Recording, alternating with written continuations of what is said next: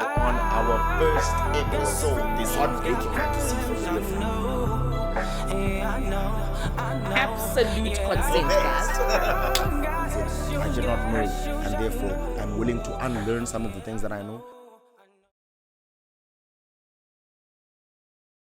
Hey, welcome back, baby. This is the second season of the New Kid in the Vlog. Firstly, let me apologize for being so absent, guys. 2021 really almost won, but silapha ngoku, and in the building I have none other than Mr. Phelo Bala-Ndiki, or is it Ndiki Bala? Yes, man. How's it, Phelo? I'm good, man. I'm good. It's hot, but I still need to be cool. Yeah. Alright. And We're safe. Surprise. Yeah, man. I'm so excited. I've been trying to get you onto the podcast. Yes, it's been a while now. Yeah, and it's finally happened. Yes. So There's so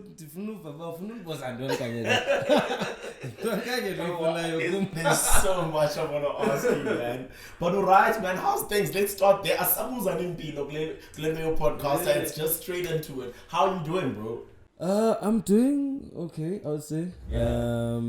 Hey, the COVID has really gone into, a lot of us, and I think it's just trying to keep afloat, trying to keep a positive attitude, despite how difficult even the music industry can be, and all other industries. Everybody's just not having the greatest time, but you may not see it sometimes, because everybody's just trying to be cool on social media, but hey, abamba yako, yeah.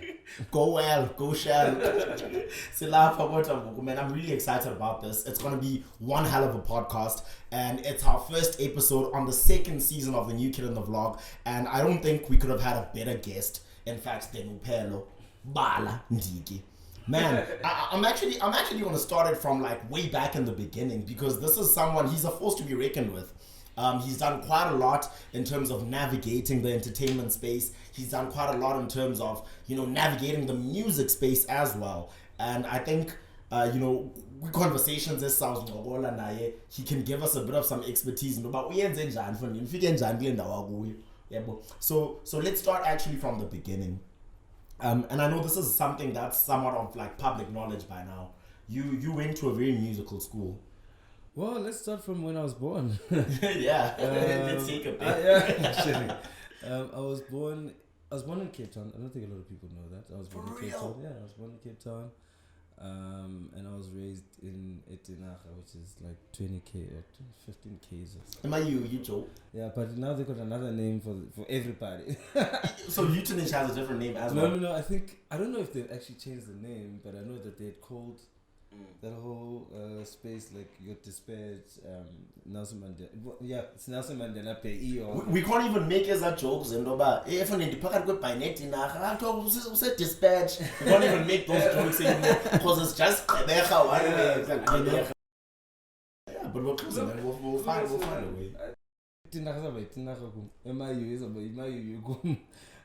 But I guess with the kids that are born now, that's what they'll know. Yeah. So. You joke. Yeah. So you're born in Cape Town. Crazy. You found out right here first. Born in Cape Town, raised in Port Elizabeth. When do you leave for school and go to Drakensberg, boys? Well, it wasn't. It's Utenek, Shem. The people of Utenek would be so disappointed because there's always mentioning PE, but it's not quite PE. Yeah. But yeah, the brother or the sister of PE. Oh yeah. Because it's just outside Port Elizabeth. It's just outside. Really, like when you're leaving a PE, going into dispatch, going into Utenek, it's all like a tie. It's almost like you're going through one place. No wonder they called it one thing. Yeah. I think. So when I was, how old was I? How old was I? I was around 11. Yeah, I was around 11. Went for an audition. My brothers had already been through Drakensberg Boys Choir. So you had to audition to go into Drakensberg? Oh no, wait. Before that, I actually went to Sharonley Primary School, which is here in Johannesburg, not far actually from here. Yes, for 1 year. So I've been to like 10 schools. Yeah. I've been to 10 schools. They're moving around. I don't know how. Look, I think it's done a lot, in terms of how I function now as a person, in terms of moving from school to school, places to places. Because I just find that it's easy for me to get over stuff really quickly. And to adapt. Yeah, to adapt, moving on. Like, if a friend is pissing me off, like, okay, no, sharp, okay. Like, I'm not clingy in that regard. Like, it's easy. Well, which is weird for other people. It's like, but Phelo, please. And I'm like, no, it's fine. I mean, okay, not talking to me. Okay, sharp. Like, it doesn't really, it doesn't really do something to me because I haven't really been exposed to such things which are stable. So for me it was easy for me to just get over stuff because I'm from the Subekezela. It's never been my thing. But as a married man, how do you think it may, like, what does that inform in you right now? Like, how does it play out in your marriage? Do you like hang on to arguments, or are you like, I swear it happened? One thing about marriage, it's taught me to. Obviously, you can't be you all the time. Yeah. Well, not but you can't be you all the time. You can't have your way all the time. Compromise is a big thing. I mean, for me, I've had to learn and unlearn certain things. Yeah. I must say that whole thing. I mean, for me, I used to be able to keep quiet. I mean, I still do it, but with my husband, it's like let's talk about it. Yeah, but I think I still do it with other people where.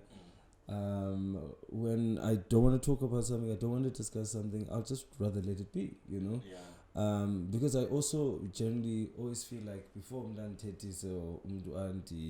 come to me with an argument of some sort, I've already thought about it because I'm such a deep thinker, I've already thought about it, I've already bashed myself, I've already beaten myself, so it's like, whatever you're gonna say, I really know, like, but unfortunately or fortunately, some people, they like to be heard. And and for standing in like that way because like so in Dongo is stealing so yeah, I mean it's taught me to communicate. I'm not the greatest communicator, I must say. I'm not, especially when it comes to emotional stuff. Hence, us as songwriters, it's much more easier for us to put it into song. Because it makes sense. You write a lot of nice music. And your lyrics are quite deep. Thank you. Yeah. So I think for me, I somehow learned to write through music because, even the melody needs to be in sync with the lyrics and the emotion. So if I'm listening to an orchestral vibe, like some symphony in Don Don or a Mozart piece, there's no lyrics there, but you can feel what's going on. You can feel what the writer was thinking, and that for me is very important because it's, in some way, it's almost like you telling your story, man. You expressing yourself, and funny enough, it's not like to a person, it's like you just share. You're putting it out there. You just share. Which you almost we're putting it out there to the universe.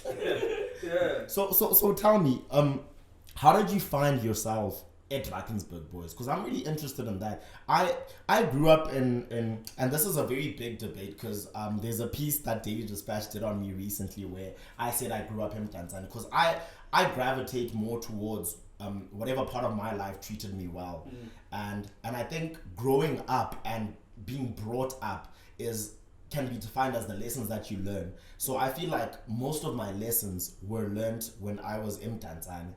More than I was in Tata. It was a very discomforting place for me because like the crime is hectic. You have to kind of like buy your safety by making friends with like criminals. And for me it was just like, okay, I don't want that life anymore. In fact, I've cancelled every feature of Obobomi Formula. So I grew up in Tanzania. Now, what I was gonna ask is, I've always wanted to go to like a very nice school. I tried to apply to like what's the school? I think it was Queen's College, and I didn't make it. And it was so tough to get into Hudson Park, Selborne, still like all of those nice grey PE. It was hectic to get into those schools. And I was not like an academic. I was more of an athlete. Yeah, but how do you find yourself in Drakensberg? Well, fortunately, my brothers were there. So you're a legacy kid. Yeah, you could say. You could say, but when I got there, I built my own legacy. Oh yeah, that's what's It's up. all about deputy and boy. It's all about head of choir and musical leader. I mean, to have all those three, positions for me, nobody believes. For me, I believe that I'm I don't believe it, but I see it I hear from people that I'm full of surprises.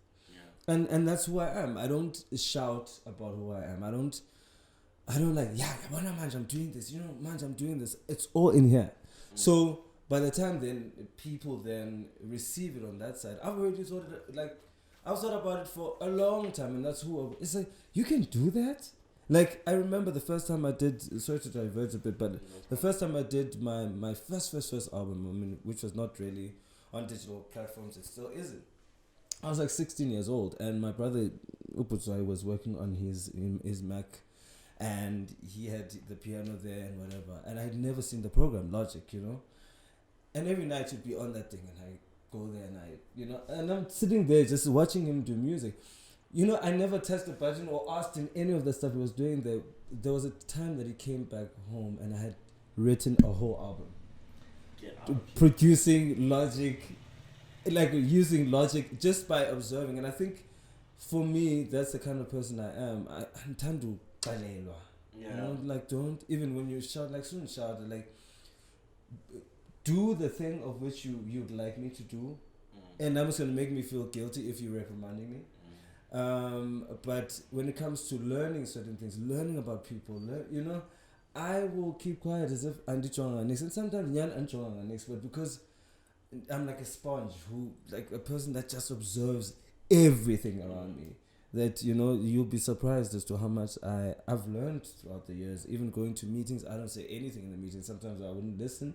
I was a young kid in the industry, and I surprise myself sometimes when I'm having my own meetings and I'm negotiating my own contracts. I'm like, but I didn't go to school for this, and it reminds me that no, it's the meetings that we're actually sitting in. And observing and absorbing. Exactly, and the results as well of what came from the meeting, what happened, what didn't happen. Okay, so post Drakensberg, do you think your brothers? You can safely say your brothers are the ones that were responsible for your love for music, or is it something that came from home? Is it like, what was it that put you in a space where you were like, guys, I'm not guys?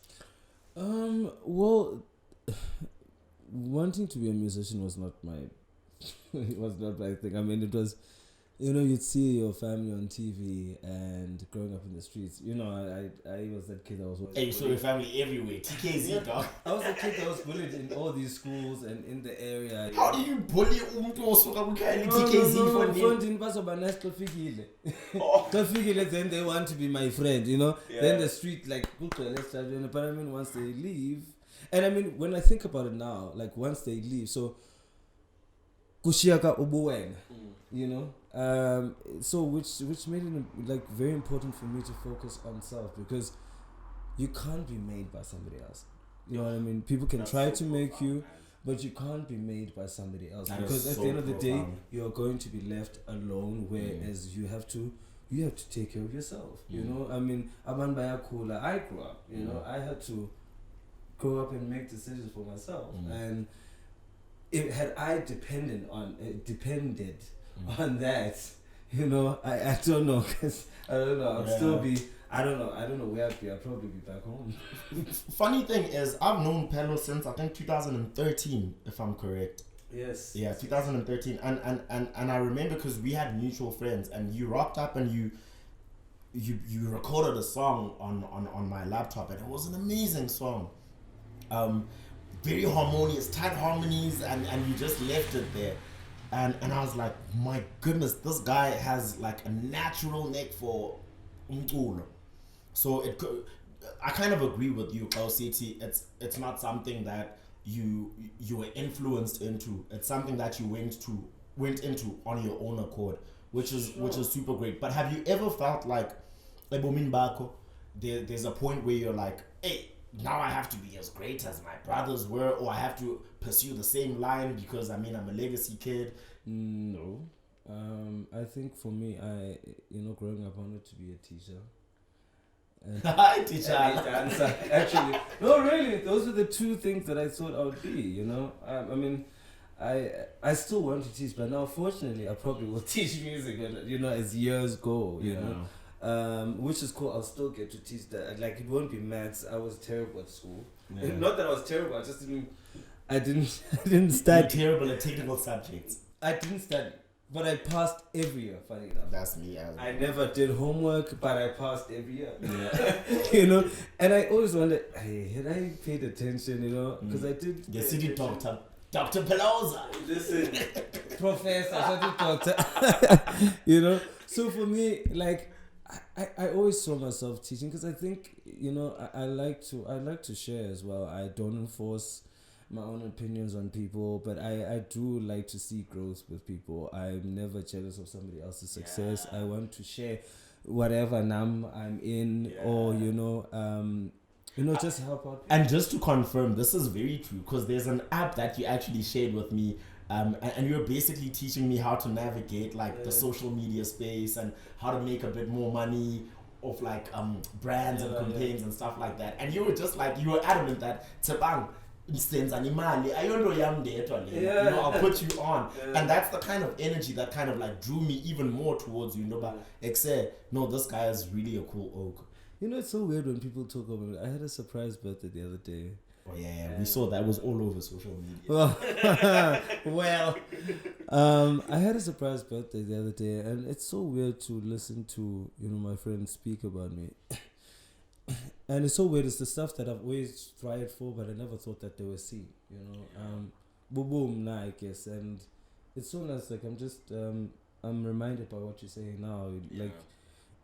I've always strived to be a nice person, a good person, because that's who I believe I am. And there's nothing wrong with thinking you're a good person that makes mistakes, but when you're a good person, you're a good person, and it's so nice to hear that back in your face. But actually, we see you. Because I think a lot of people have been discouraged in life, so much so that they've just become the total opposite of what they want to be, because there was never people encouraging them about, let's say you're great in school.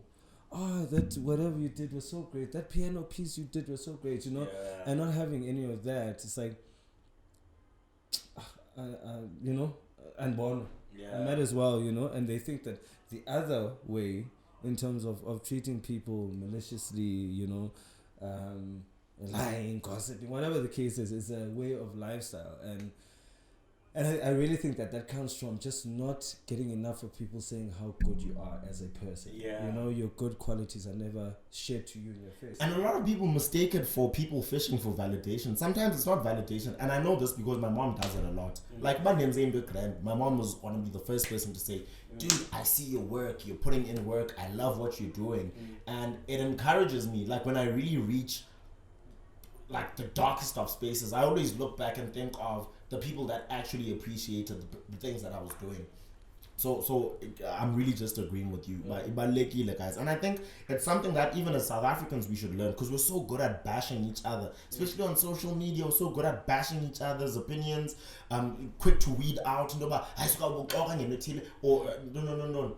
And even talking about that, because I know you've been a victim of the bad side of social media.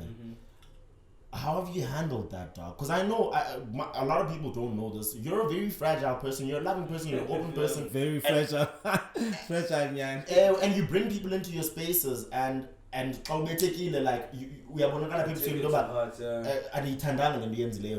so how do you take a dog with the social media and at least once in a month, especially in the past year or two, you'll be trending at number 1. You wake up in the morning and you're like,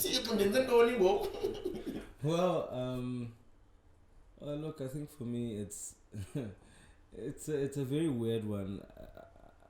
My public life and my private life, I would say, are slightly different but similar. And I'm the middleman between the two. so you can associate me with either. And publicly, I think I've learned over the years that it's so important that for us this is work. This is putting food on the table. This is it's a job. Yeah. And with any job there's a down. Yeah. With any job there's an up. With any job there's ways that you need to handle yourself when you get to work. Yeah. How you present yourself when you get to work. Yeah. And sometimes getting to work is logging in. For us it's logging in, just like promoting a product or what I mean. So I think that for me, when I put myself in also other people's shoes, it's work for me. And you get backlash and I say it's officing, guys, from your boss even, and fortunately for some of us, we are our own bosses. So which is pretty dope, but also can be very hard because then you don't have anybody else to blame but yourself for your own fault. And also to some extent, your boss is the court of public opinion. Like sometimes your boss are all the people that react to what you put out there in terms of yourself or a product that you're pushing or whatever. Yeah. So crazy, dude. Yeah. I never ever thought of it like that. So going back to the point of how I handle it, I really, sometimes you really have to be careful, and there's so many times that you want to reply to things that people say. You know what I mean? But like you also think to yourself, but is this really worth it? And the more I entertain these accounts, we need 2 followers. You know what I mean? There's nothing bad. No, there's nothing bad with having 2 followers. Not because I have one of the least according to so and so, like other people who probably are in the same industry as me. I'm probably I'm the lower class going to middle, in terms of followers. So it's not really that I'm judging, but it's so weird that people would want to be followed by others because they're causing some kind of havoc on you. Now you're getting emotional over followers. I understand if there's a bigger effect when somebody answers you or a pendule and they've got 140 followers on thingy. 140,000. 140,000 on Twitter, and because 240 is essentially. You know what I mean? So with that person and they're making such actions now with somebody who's got so many followers, they've probably thought that out before they tweet something towards you. Hence there's beef between celebrities on Twitter or whatever, because everyone wants to defend themselves and explain themselves. Yeah. And I don't think it's necessary whether it's 2 followers or 140. Because at the end of the day you need to choose what you're going to answer and is it worth it, and unless it's something that could ruin your career. But if this isn't about scares and you're trending because people are commenting on what's happened in your life or what they assume has happened in your life, because those are also 2 different things. And I don't generally believe in explaining myself unless I've hurt somebody who's let's say any follower says somebody says, yo Phelo, I tried to take a picture with you, and also it's also how you ask about I try to things and shout capital letters. I try to take a picture with you. And sometimes people they do such weird things on social media, but you went in until it's and then you weren't even there, you know what I mean? Yeah. And it's so, especially in the country that we live in, it's so, things, your career could actually die out within minutes because of a false accusation. Because now I think there's also, not that I'm promoting things that people have done, but there's a ban must fall, but there's no getting to the bottom of something, Yeah. As long as the hashtag is up there, number 1. I mean, and to have those things and brands also seeing those things and that negativity which goes to Google, and now you miss out on work, and by the time you say, good too, I'm not guilty, your name is already... Yeah, the court of public opinion is very tricky. It's very tricky. But I hear you, and I mean, from my understanding of what you're saying, you pick your battles. You pick your battles. You pick your battles, and you don't necessarily entertain everyone on social media, And I think to some extent that's how you've been able to protect your peace. Because I mean, I'm not gonna go into it. I don't want to go into it, but I know that you've had a lot of. There was a time where there was a lot of drama. There's been many dramas. Every year I come up with something new. you and Mush, and you handled it. You handled it quite well. So I guess it's a lesson to a lot of other people who are trying to navigate the same space, because right now being a public figure is not just about your craft. It's about your craft, your persona, how you handle your brand on and offline, and all of that. And I think it's a lesson we can all kind of take something from. I think it's also, I mean, for every artist or anybody, I guess, who's in the industry, or anybody in general, I think it's so nice just to keep your things at home, hey? Yeah. That's why there's a home. Yeah. That's why there's your place, or that's why there's a press the home button. While you're tweeting, press the home button. Like if I'm in Orlando, like, oh, we saw you drunk somewhere. So it's like, oh Lord, yeah, but if only I could have just been home this Saturday. There would have been okay if I want a club scene, my music volume, you know, like trace or something, and just have a party. Apparently invite friends over, but now. Yeah. It also gets difficult to invite friends over because sometimes you don't know who necessarily your true friends are. Yeah. People will surprise you after 20 years. People surprise you after 10 years. People surprise you tomorrow. And those are the people. I mean, I don't say that, I'm perfect or people are perfect or supposed to be perfect. But I do think that, though, one of the things that I value with friendships is loyalty and being able to trust people in your own home, because that's a space where it's private. You can be yourself and you don't have to put certain sides of yourself away because you're trying to be just protecting the brand. Like you don't want to be also, like, if there's a political party that you like, you don't want to be endorsing that one, because what if another one wins? In fact, what if that one does flop and then people will be looking at you? So you can't really be yourself to the fullest, and those are the disadvantages I think with this career path of being in the entertainment industry, is that everything is just so finicky. Everything is so finicky. One move, Jay. Touch is a move, buff. One move, it's a chess game. Yeah. You know what I mean? Yeah. So I do advise people to really just start enjoying their spaces more. I think you can't go wrong by enjoying your own space. I come to panels a bit. You don't have to defend yourself. You don't have to. It's a space where you can be you. The only thing is that I think a lot of us are so scared of being stuck with our own thoughts. Yeah.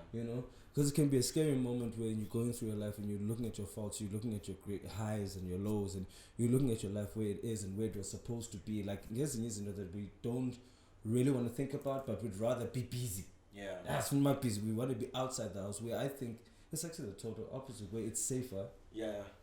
So I wanna head off to like the next topic that I'd really like us to entertain. A lot of people know you, and because of which is your surname, yes, a lot of people are like, yeah, he's Phelo Bala, but I mean, we know Balas, we know Joyous Bala, we know Zwei Bala and whatever. Please just let us know like what you've done in the industry, because I know personally and I can easily tell people, but I want to hear it from you, and you let the viewers of the NewKid on the vlog know, what have you done so far in your career that you're mostly proud of? There's so many things I'm so proud of. I think one of my greatest achievements, I'd say, was joining Joyous Celebration.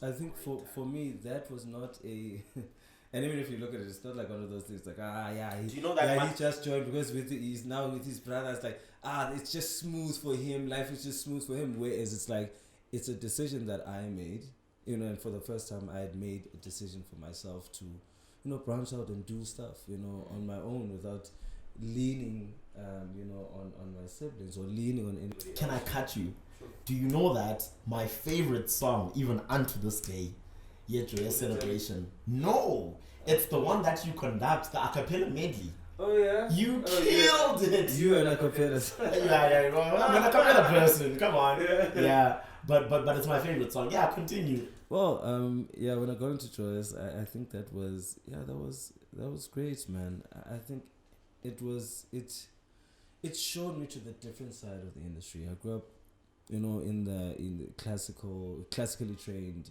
and that kind of music. So for me, branching out slightly was not too bad, because actually my sister used to play gospel music all the time to me.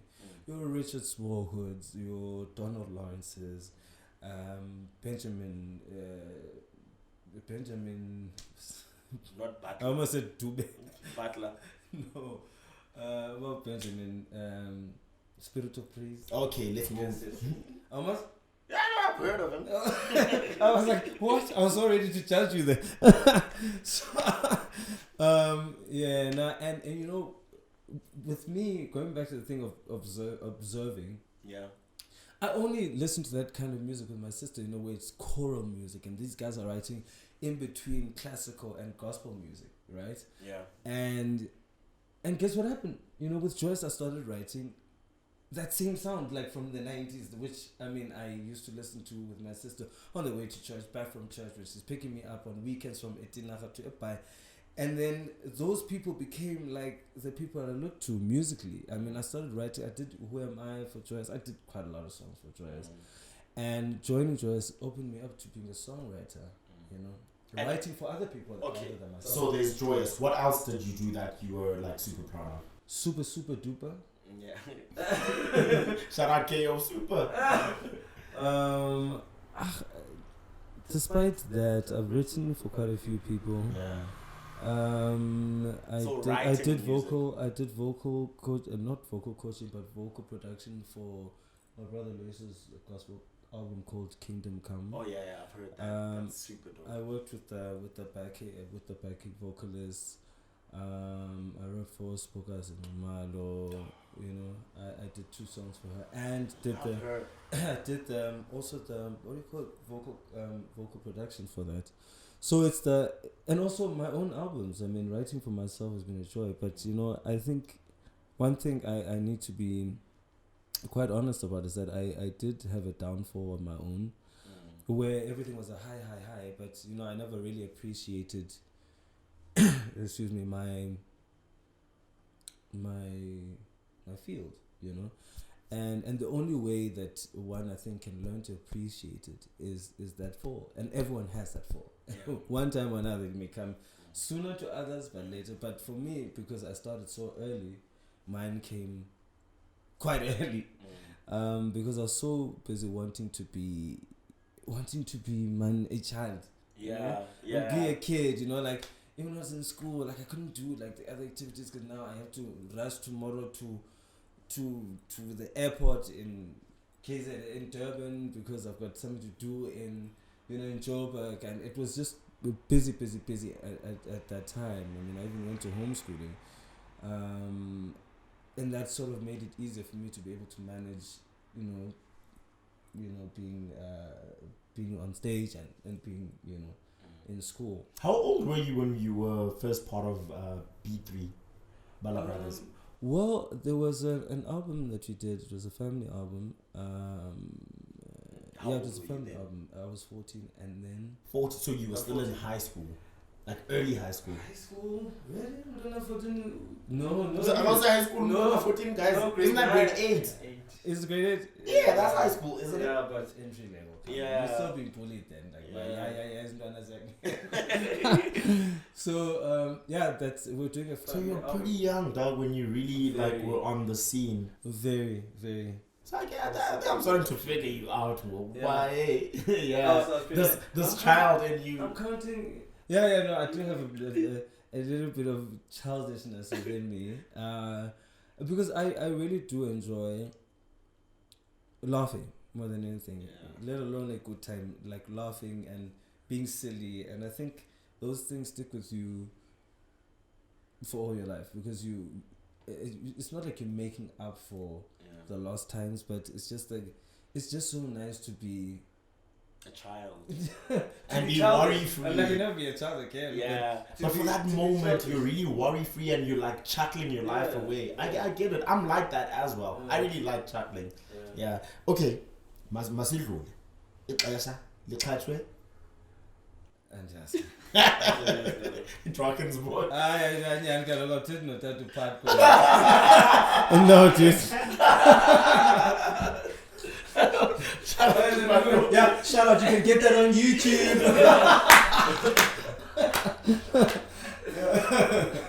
Yeah. Okay. So I know a lot of our viewers are gonna want to know this. So I feel and I don't want to dig too deep into these subjects. So I know you're a very passionate person and but I want to know how was it being a member, and I know you're very vocal about this right now than you have ever been before because you kept to yourself as a member of the LGBTQI plus community. Like going to A for your allies. I'm here. I'm here. You can never know too much about anything. So what was it like bringing it out to light? Even maybe just before your wedding, or like what was the acceptance like from your brothers? Because I know you both your brothers at some point were very religious, but I think I was watching Cheeky Palette and I saw Upudzwai is a bit of he's taking a different turn in terms of his religion. Sure. But back then when you were bringing this out, they were very religious people, and so was your family from back home, and I guess everyone you're related to. What was it like having to say, yo guys, this is who I am? Like I can say, I've always been a person that's full of surprises. I'm still yet to surprise people, in different ways, because now I've just accepted it that I'm full of surprises. That's just nam bombi and surprised and nam ditin I'll be surprised. You guys surprised about your mind.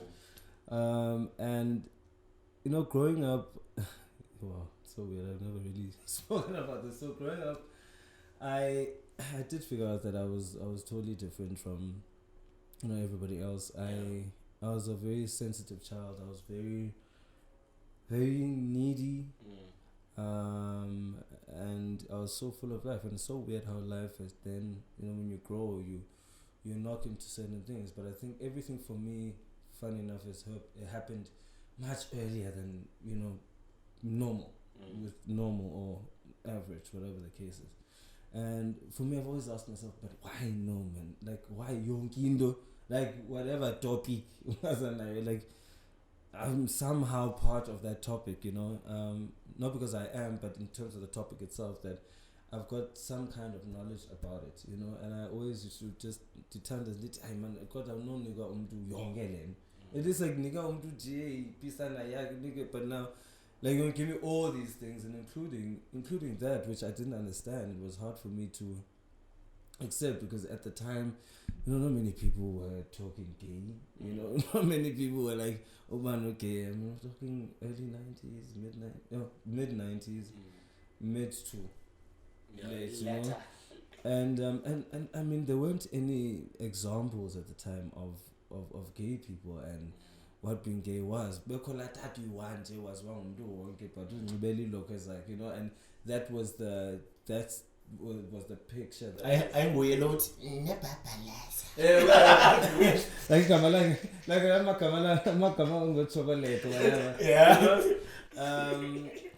So but I mean, it was just him. It was just him. Laputi was there in the area, but it wasn't like a community of people like we have now. So to deal with that, it was more of like, okay, let's just move on. It wasn't I'm focusing on this, and I'm focusing on having attractions like this, and of which you don't know where they come from. Who are you going to discuss them with? And shout out, no offense to Abandu, because I was saying, but in terms of then it was him. There were a few examples. There wasn't many examples of people. I mean, right now, And shout out to the gay community. It's exposed all sides of being gay. It's not just one thing where it's a stereotype. Yeah. There's also a stereotype. But for me, I think being gay is part of you, but you're also a human being. Yeah. You know? And there's different types of gay people. There's different types of straight people. You know? There's different types of girls, you know? Ones that prefer being a housewife, ones that prefer being a slave queen, you know? But everyone is different. Yeah. But yet they're still straight. I mean, what's the difference, you know? And there wasn't much of that kind of education then. So therefore, you questioned yourself, or you asked yourself, "But am I normal? Am I normal? Am I not? Okay, is there something wrong with me? Whatever." And I came out to my school teacher this one time in grade 5. What? Get out of here! I'm telling you, in grade 5. Yeah, this school here in Joburg. Yeah. And I came out to her and I said to her, "Look, you know, I think I'm gay, anti-Semitic." I'm one of the 30s kicker. Yeah, man, I'm full of surprise. They're trying to go to you know, they're trying to go to again. Surprise. Imagine this kid says, mind you, this is 2002. Oh my goodness. 2002, that's about how many years now? Ago? Dude, that's like 20 years ago. So I came out. I came out 20 years ago. Yeah. Yes, please, man. Hey, it's getting heated in here. Yeah. Really ice. Okay. So I look, coming out then was kind of weird for any child. So she didn't know what to do. She's like, "You think you're gay? Do you know what gay means? You know?" Yeah. And I learned just like not having people to really share and have this conversation with was a bit difficult, man. It was really, really difficult. I wouldn't want that for any kid, that they can't speak their mind, they can't speak ububona or what they actually feeling, because you always assume by a child is a child. Like, I didn't like it.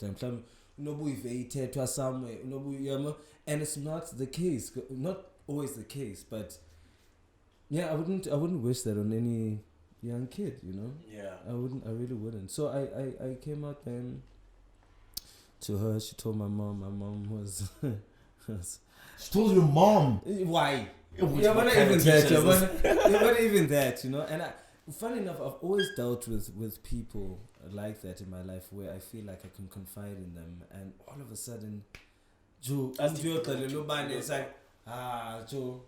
So it's no longer even a surprise when I hear, "But no, apparently ubani uteba utewe," and then it's like, okay, but yes, I did say it, you know. I mean, people will be like that for the rest of your life. I didn't know. Yeah. I didn't know then, you know. Yeah. So okay, you've come out, and I guess from what I'm gathering, it was a bit of a tough space to navigate. Yeah.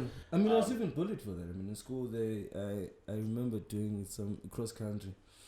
And I was running and thinking, I'm gonna make it. I think I was number 3 or number 4, number 5 or something like that. And just as I'm about to get to the finish line, these kids spit at me, like right there on the side, and I was like, you know, when I thought to myself, I think that's one of the, before I even got to the finish line, oh man, like and you're just like, now you're just running for the sake of just, because you were so excited to get to the finish line, and then you're just like, hey, okay, let me just run there. And for me, it's like, there's certain things I don't understand that happened in my life, which I think also, as we're talking now, I'm going back to them, and I think they do have an effect of like, you start to be scared of people. It's either you start to be scared of them and back off from people, or you are right in their faces where you're intimidating them. Yeah, so that they don't bring the nonsense to you. So the whole point is that you don't want to be hurt again. Yeah. You know? And I just chose the other way, you know, to just be like, hey, let me just, I don't know what they're capable of, you know. Could they hurt me, could they not, you know, a type of thing which I've lived through. Dude, I'm sorry you had to go through that, man. That's so hectic. And as a kid, people don't know, I still have memories of some of the things kids used to say to me when we're like dissing each other, and some of those things would hit different, like, okay, shit, that's a bit personal. Yeah, bro. So I'm very sorry you had to go through that. And I mean, okay, I need to make this conversation a tad bit shorter than what it And you already did is. say, did we go past the 30 minutes? Yeah, man. Phelo, before we can close this off now, two things I want to talk about is obviously your plans for the future. I can't not talk about that because I feel it's very important. But before we get there, bro, like I don't think we've ever spoken about this. So you and I had friends, man. Akomzi Jezile, Tubani Mseleni, Sia, you know, and they all happened to pass away in a car accident. And I'm not necessarily saying we must talk about this, but I mean, if there is something you want to say about that, that's cool. But for me, what I really want to say is that shout out to them, man. This podcast is still running because those were people that had vision. You know, those are people that really said we're gonna navigate the creative space. I remember when one of the few times I had an encounter with Akumzi, we walked into Urban Brew Productions and everyone, white man, white male, white female, black male, everyone was just like, you know, respected him for his craft. And I mean, Tobani was also on a very upward trajectory where he had worked on some of Niki's biggest productions. The Queen, I think it was on the He was on the Queen. He did the Queen. He was also an assistant director for a production that I think Paul Tusi was on. He really got along with them, and he also did Intersections, man. Tuan did a lot. So I think it'd be bad for us having those mutual friends and those like standards to look up to not mention them in a setup like this where we are expressing our creativity, you know. I don't know if you want to say anything. Yeah. I mean, funny enough that you say that. I mean, I had posted something way back when the three of them passed away. I remember getting the call, and the person that called me was like, "Did you know anything about a car accident?" So I'm like, and apparently, you know, Siasang has gone. I'm like, what? You know, I didn't even know that they left together because, and mainly because, you know, Siasang and I had been speaking for like what, a year. You know, we had a fallout, which you know, and it's so weird when I talk about it. It's like, hey, yes, how life can be so short. Like you can be just pissed off with somebody, or you guys won't talk for a while, and just all of a sudden, boom, somebody's gone. You know, and then you ask yourself, but what was the whole fight about? Like, was it worth it? You know, yeah. And but surprisingly enough, somebody said to me, but you know what, Phelo, consider yourself. No, we know it is. Yeah? But you know what, babe? No. Sorry, I'm really used to saying baby, guys. You must, like, I live with my baby, like it's baby all the time. So sometimes I said this to someone. I think it was one of my brothers or something. So I was having a conversation with him, and I said, "Yeah, you know, baby." Because I'm so used to, you know, saying baby. Yeah, you're sorry. You know, I'm so used to saying baby because that's the person I talk to the most. You know. Yeah. I'm always having conversations with. So no, and this person said to me, you know, Phelo, really consider yourself lucky because, you know, when you and Siasang were so tight, you go everywhere together. You'd be everywhere together, and wherever she's going, whether it's outings, you'd put you, Akumzi, Siasanga, everybody, like, and everybody else, but you'd always be there. And this person said to me, but imagine now what you think you could have been saved from, because had you guys been so close at that time, you could have been in that car.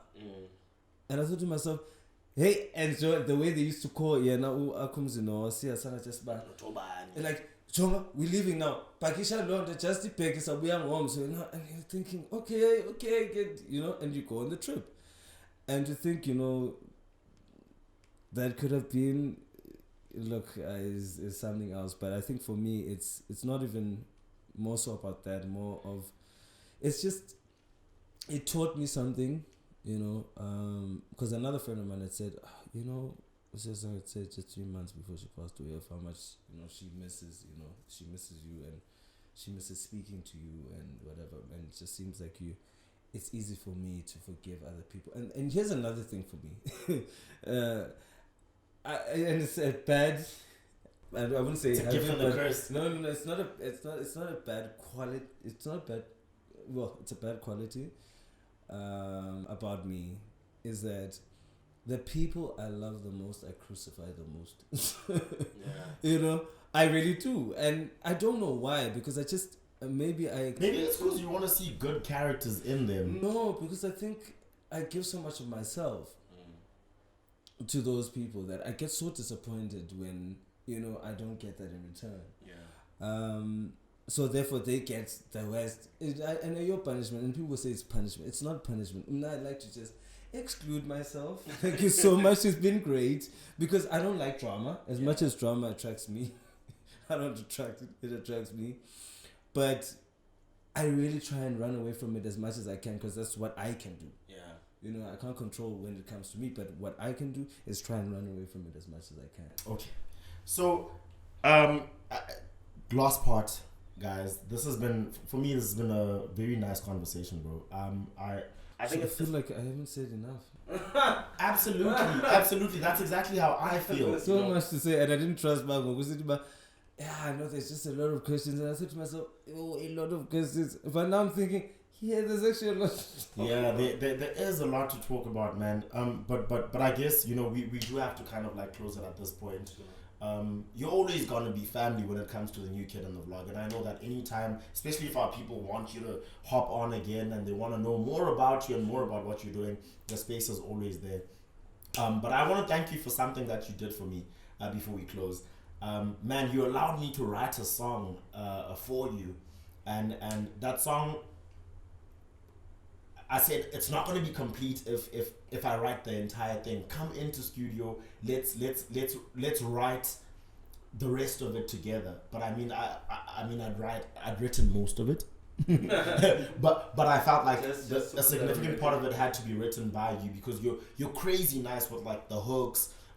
You even made us sing a song that you wrote. Abantu balenda bathuela ungedlule.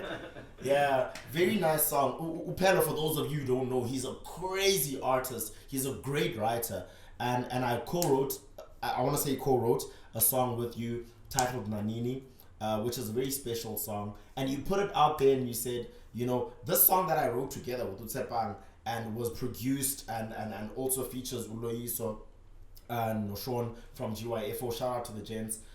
Very special song, and you put it in a very special part, Ebomin Bako. And I want to give you a big shout out, because there's not that many people that can do that, especially in the creative space. People go by, I am who I am, who are you? What can I do for you that's going to do something for me? And at that point, really, there was nothing I could have done for you. There was more that you could have done for me. So it was very special that you allowed me to write that song, and you allowed to brand and put your big name all over that song. I want to send you a big shout out for that, and I want to welcome Phelo to the family of the new kid on the vlog, because anytime we need you here, never see us nobody say, hey boy, he's a man so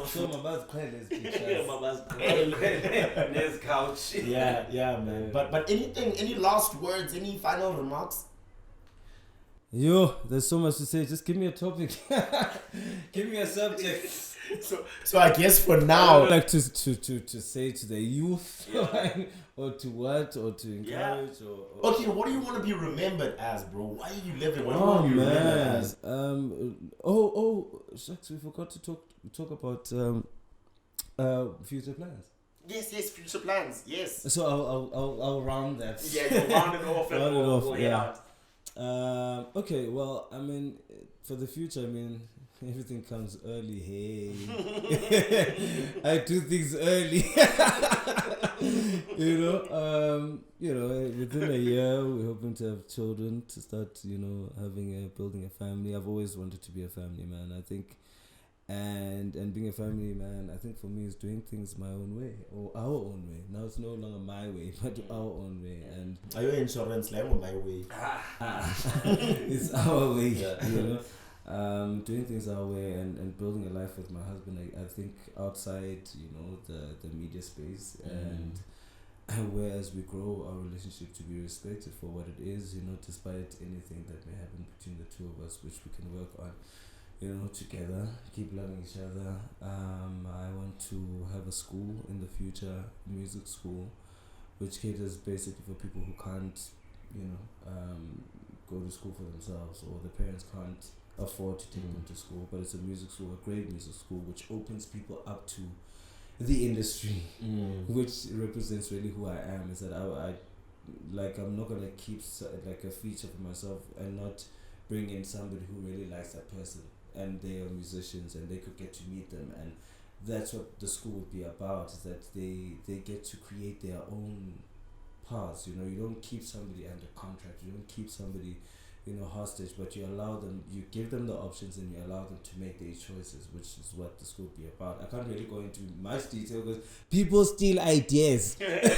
So basically that's what my school would stand for. Going into business, in terms of logistics soon. And in terms of my music, I want to write for movies, TV. Look at these scores, yeah, of course. I want to bring in orchestras. I want to conduct orchestras, And I think, fortunately for us these days, your talent can do much more than those papers as 7 degrees. Not taking away from people's education or whatever, but these days your experience also speaks a lot for itself. The more talented you are, you don't have to go to school for photography. I'm not saying don't go to school. I'm just saying, just with some people, like, it's hard to get into school because of finances. It's hard to get into school because of this and that and that and that. But if you're flipping talented, man, there is internet. You can teach yourself at home. You can associate with people that are already there.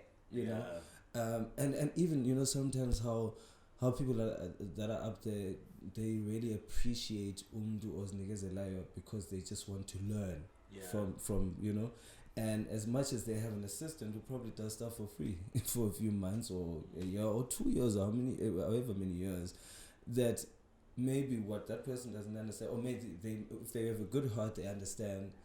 But okay, Lamdu wants to actually learn the ropes and whatever and make contacts, because I'm so clean and good contacts, but you're under me. No. And then when people want to use you, I'm like, no, because I want business to myself. But it's about sharing that spotlight. And I think to the people that are in those spaces, that it would be, that's one of the ways that we could give back, is by having, if you want to be cocky about it and say proteges, but it really does help in terms of, even with experience, because those people, maybe you may not be paying them, but they want the experience. But for them, they're counting years, they're counting, they're adding onto the list, they're counting the people they've met with, they're making contacts, so that for future projects they can make those calls for themselves, and you don't have to be in between. Come on, move on with your life. Move on with your life. I mean, that's what life is about. It's about aiming for something else when you've gotten something else. So what are you doing, going back and saying because it's like you're wasting your time, and I hope to be one of those people that have helped out so many people. I've helped out so many people, because I think it does bring a smile to my face to know that I've done good for somebody. As cliche as it sounds, guys, it's a nice feeling to know that you've done something great for them, or somebody is actually doing something because you put them on. And you don't even have to brag about it. It's just by just appreciating the person's work and how it's developed over the years, and you were part of that. I want to be remembered as that person. Sure. Because there's not many people like that. Yeah, they aren't. So I see a space for my markets, for my brands, music all the way, man. I don't think I see myself, teaching as well, but which is with the school. But prior to that, I will start teaching music in terms of vocal lessons. I see myself doing quite a lot of TV work. Which I've put some proposals together in terms of some nice exciting shows, but only life can tell, Absolutely. What's gonna happen, but it's all musically inclined. But I think music is music. It heals everybody. It brings people together. They'll dance, although they can't hear the lyrics, but you get all sorts of people dancing to one song, and they can't even hear Jerusalem. Typical example, Absolutely. right? You know? Yeah. The typical example is how far music can reach. You know, it